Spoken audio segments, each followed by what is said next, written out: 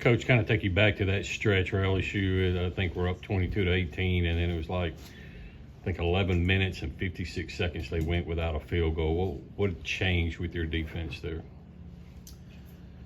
You know, we were frustrated early with our lack of contesting threes. They made some threes early that, for whatever reason, we weren't contesting them, and you know, obviously not the right recipe for success. And we were pretty aggressive with our denials in the early part of the possession. That was kind of the plan. But after that, we wanted to kind of shrink the floor, and we kept ourselves extended. You know, so the guys stayed in denial a little bit too long, and then obviously they got quick guards and they took advantage of it, and we're getting in the gaps and getting to the rim and scoring and kicking it for rhythm open threes. So you know, that's probably what we shored up the best, is just, you know, going from that frenetic denial early, and then in the same possession, you know, after that's over, you know, get in those gaps and try to keep the ball from getting to the paint. Kind of along those lines, you guys had that, you know, 10-minute stretch in the first half, and you only scored, you know, 4 points in that stretch. I guess, how much have you seen this team, you know, when shots aren't falling, buy in, you know, on the defensive end, understand, you know, as long as they get stops, they can still have a chance in it? Yeah, I mean, if you got a really good basketball team, they understand that's going to happen. It's easy for us to say as coaches or people that know the game, you know, it shouldn't matter, right? You should always be able to defend and rebound, right? You should always be able to play hard, but we're not built like that as humans.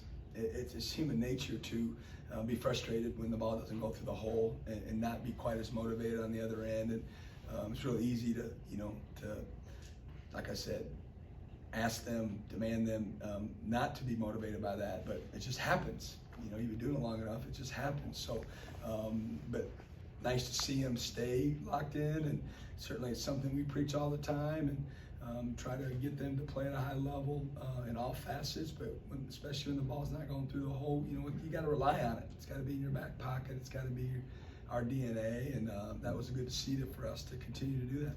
Stay the coaches left and go to Rob. Playing off of that, you know, DJ's been one of your better defenders. The shots aren't always falling for him. Tonight he goes 5 for 6, and you've been very vocal about your guys continuing to shoot, even when they're struggling. How happy were you to see that and see the night that he had tonight? I was happy for all of us, you know.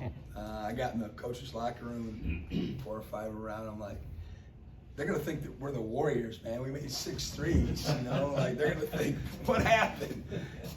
And certainly that's not a big number, right? But certainly happy for DJ. And I've talked about other guys working at their craft, and DJ's one of them. I don't always say that about everybody. Sometimes I just don't say it, right? I'm not going to say if they're not. But DJ is one of those guys that sticks with it. And when I'm walking out of that gym, I see him repping his jumper and working on his rhythm. And he's been making them. If you go watch him work out, you'll be like, what's the deal? You know, because it looks, you all see it looks good. It leaves his hand, it looks good. It's got a good form. He's obviously experienced, but, you know, it just gets to be mental at times. So just really happy for him to, you know, reap the dividends of it, and kind of take the lid off the basket. And we needed it, because without him, we were 1 for 10. You know, if you take his numbers out, we were 1 for 10 from 3, and it just looked rhythm. It looked rhythm, and it helped his whole game. I mean, 4 assists or turnovers. It wasn't like he wasn't creating for others. And like you said, he's been real consistent on the defensive backboards, and then being one of our better defenders. Go back to the cameras, and John, and then we'll come back down front. You guys have now won 4 in a row. I mean, you know, making that push for the NCAA tournament. I know you don't want to go too far ahead, but how kind of pleased have you been with the team's progress as of late the last couple of weeks? Yeah, like I've been saying, I'm proud of their ability to stick together and handle some adversity and some games that didn't go the way we wanted them to, or that our fans wanted them to, certainly how they wanted them to, but you know, they're getting paid for continuing to work and continuing to believe in each other, and believe what, you know, we're trying to sell them each and every game plan. And it's not coach speak. Like, if you would come watch us practice when we were having some, you know, tough losses, they were coming to practice the next day with good attitudes and good approaches. I don't want to harp on it, but I've talked about that before. So it makes you feel good when you can say, hey, it works. You know, I told you if you'd stick together, we'd have better days. You know, our results would get better.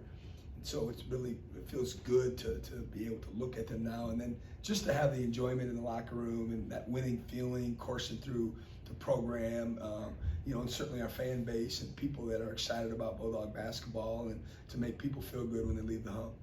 Go to Coach